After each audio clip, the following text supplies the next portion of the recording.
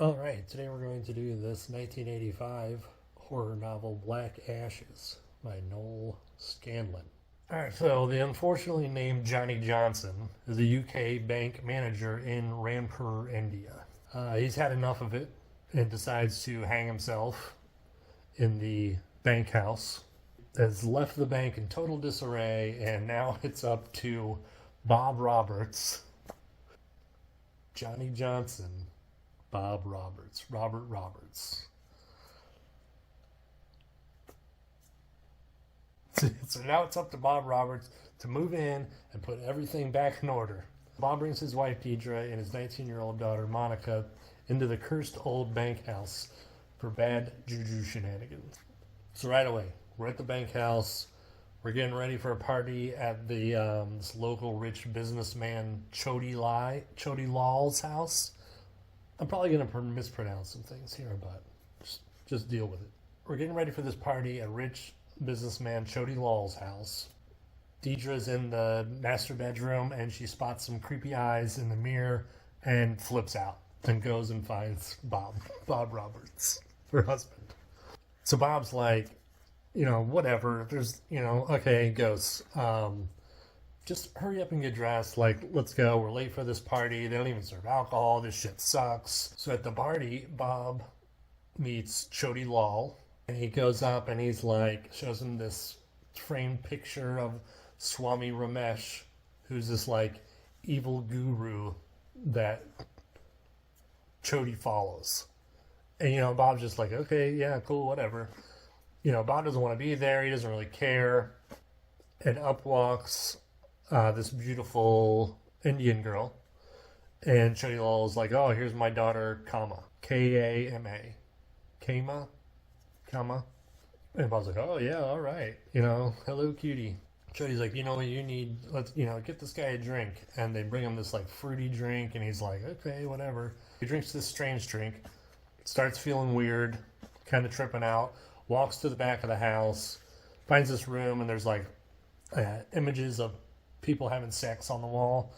And then while he's sitting there, two women come in, like scantily clad ladies, and start seducing him. And then while he's like doing it with them, he's kind of like tripping out. It doesn't seem real. And then he looks at one of the girls' faces, and it's Chody Lal's daughter, Kama. Oops. He's not really that upset about it. He's just like, well, okay, yeah, that happened. Bummer. It's the next day, back at the house. Deidre gets Bob to move out of the haunted bedroom into a smaller bedroom. And Bobby's actually kind of cool about it. He's just like, he doesn't tell her that ghosts aren't real. He's just like, okay, yeah, whatever. Like, he's just got other things to worry about, bank shit. I've never been to India, so I don't know how true any of this is, but the Indian caste system is at the forefront of this story, to where the rich are very, very rich and the poor are very, very poor, and that's pretty much it.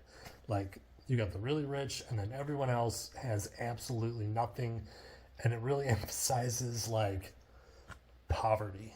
There's a bunch of servants that work at the bank house, and, the Roberts are just, like, totally just blend right into the caste system. They have no problems with it, and they're constantly, like, bossing around the help.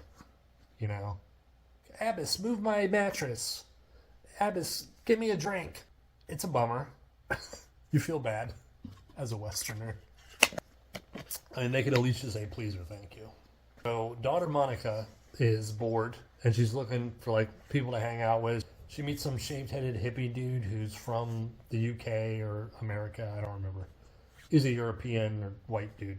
And he takes her to where all the other rich European white kids are, kicking around India, pretending to be poor, in this shitty bar type place where there's like children waiters. And they smoke weed and talk about spirituality. Mostly they just hang around at this place, but sometimes they go over to Swami Ramesh's ashram and kind of do the same. Just hang out, smoke weed, and then listen to Swami Ramesh talk. So Monica gets to see him talk, and then right afterwards, he princes it, and he's like, bring me that girl, and then Monica goes backstage and meets Swami Ramesh, and mesmerizing happens. So from then on out, it's just the bulk of the story is the three main characters, the three family members, kind of being overtaken in their own separate ways by this demon entity, this like supernatural demon god Swami Ramesh. Every time I thought I knew where the story was going, it didn't go that way. It was not cliche. I thought for sure that it was totally going Amityville, Shining. Dad's going to get possessed with evil and then go after daughter and wife. Been done 1,000 times. But it didn't. In fact, nothing that I expected to happen happened in this. And it kept taking me for turns, and I was like, man, this is so good. This is so refreshing.